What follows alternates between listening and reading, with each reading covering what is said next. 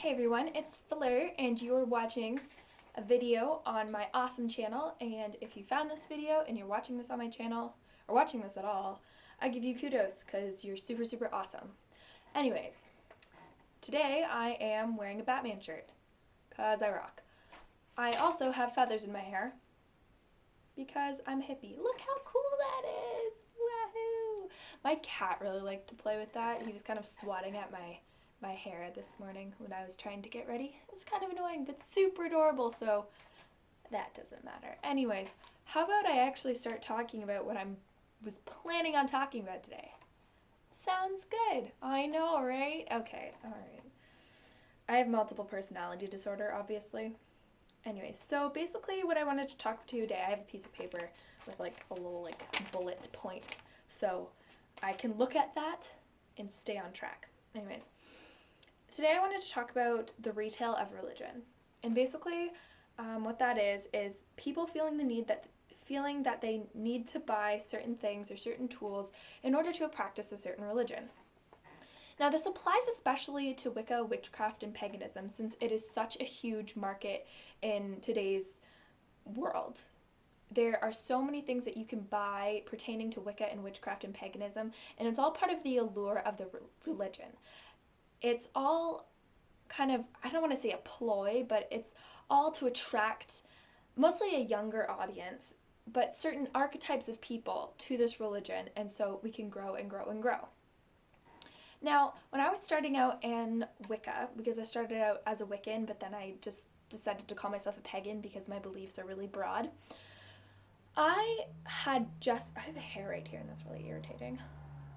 I started out and I just had candles, and I obviously would just have a candle for each element representation, and I would do a ritual that way, and that's all that I had. And I never really felt the need to go out and buy a bunch of stuff. I mean, I thought it was really cool, but at the same time I was like, okay, it's super expensive, so I'm just going to go and buy things that are fun, and I'll save that for another time when I grow up and become serious, because back in my naive younger years, I thought that religion and spirituality was mainly for serious people.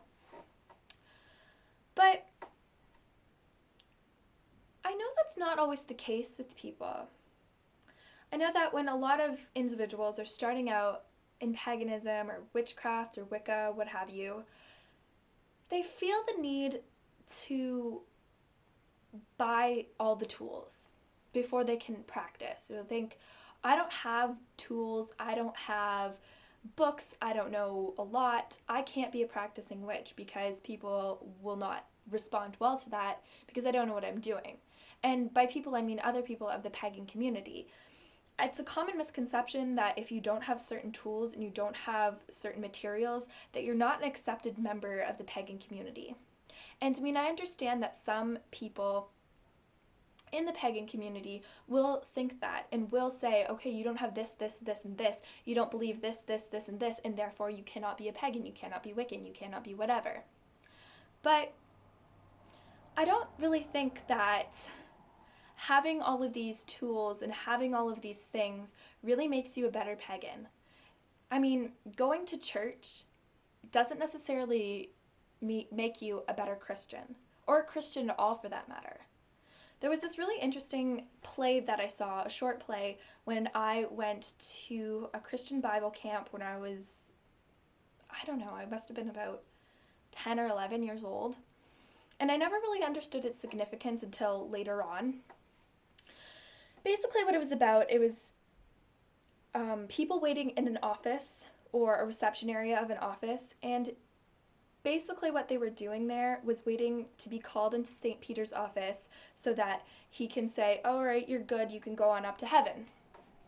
And so there was a receptionist and there was the main guy sitting in the reception room. And he's sitting there and he's watching all of these people go in before him, their names are getting called before him, and he's like, okay, what's going on here? I'm a good person, I don't understand why I'm not being called, and I don't understand what I did wrong. Then some guy that he knew from when he was younger or obviously when he was alive.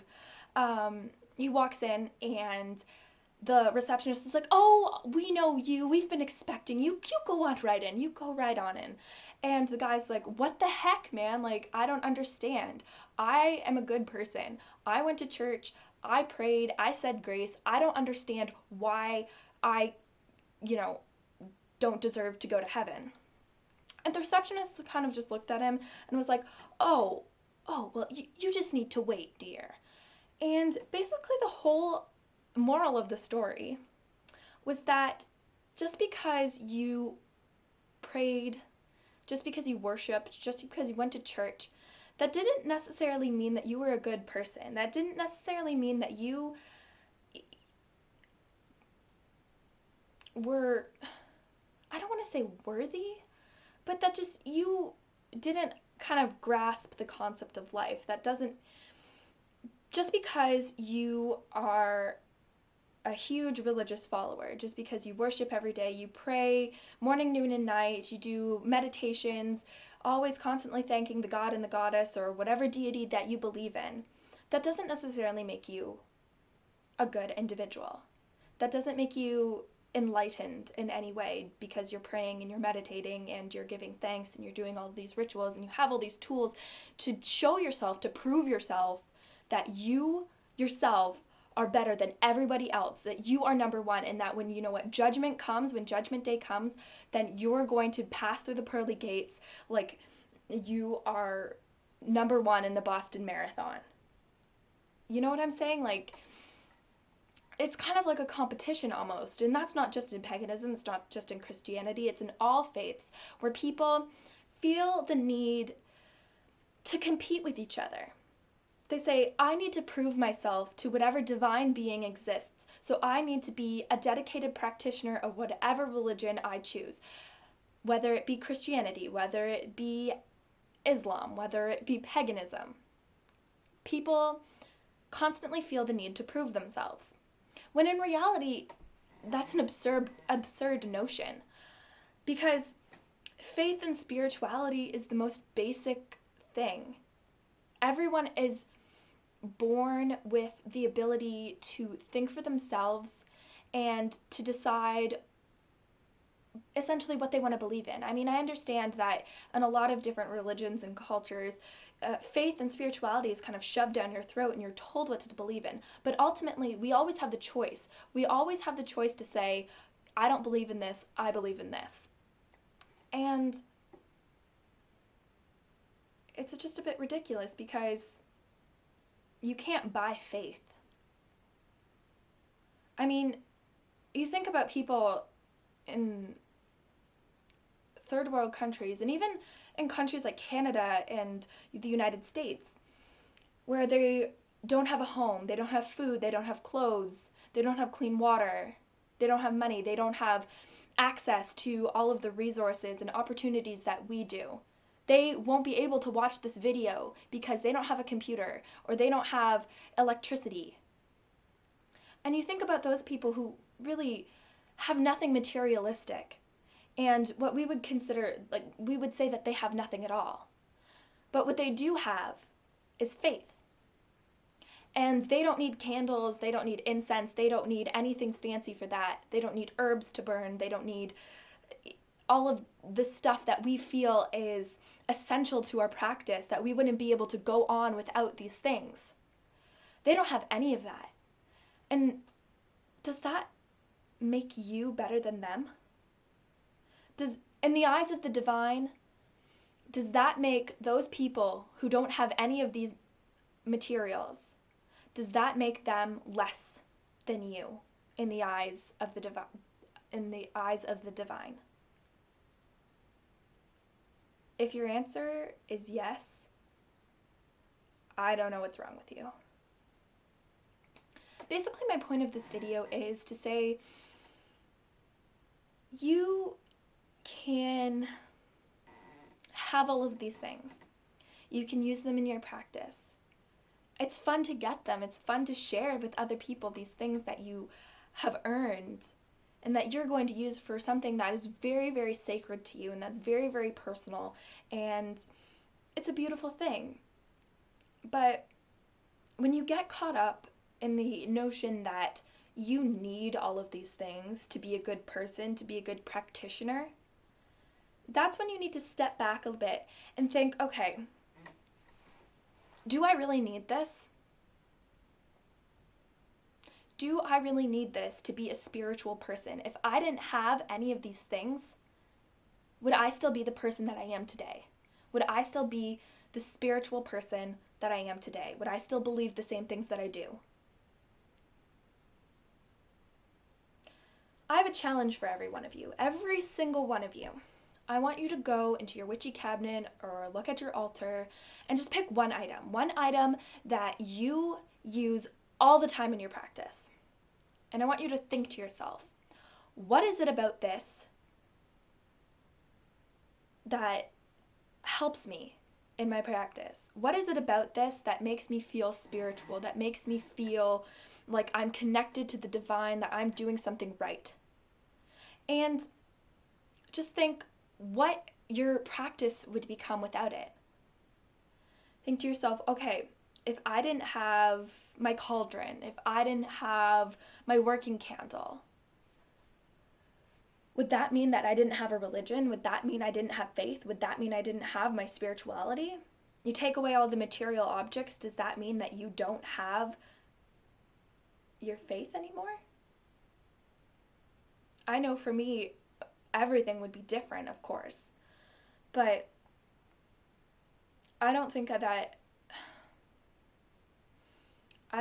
would ever lose faith. I wouldn't have, obviously, all of the things that I do now, and I wouldn't be able to practice in the same way. But I would still have faith. And I wouldn't be any less than I am now if I didn't have all of these things that I do. Be thankful for the things you have, and for the things you'll get, and for the things you will be able to experience. Be thankful for them, because not everybody has that opportunity. And remember that at the end of the day, being a good person, showing others that you care, showing others unconditional love, doing everything in perfect love and perfect trust, that's what's going to lead you on the path to enlightenment.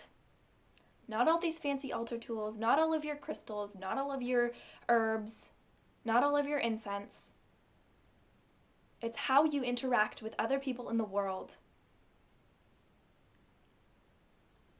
That's what counts. Anyways, I hope you guys enjoyed this video. If you have any comments, questions, or anything, just leave them in the comment section down below. And I would love to hear your thoughts. If you want to make a video response to this, saying kind of what you think, I would love to watch it. I would obviously accept it for a video response. And anyways, I hope you're having a magnificent day. Hump day, I know, everybody loves Wednesdays. And blessed be.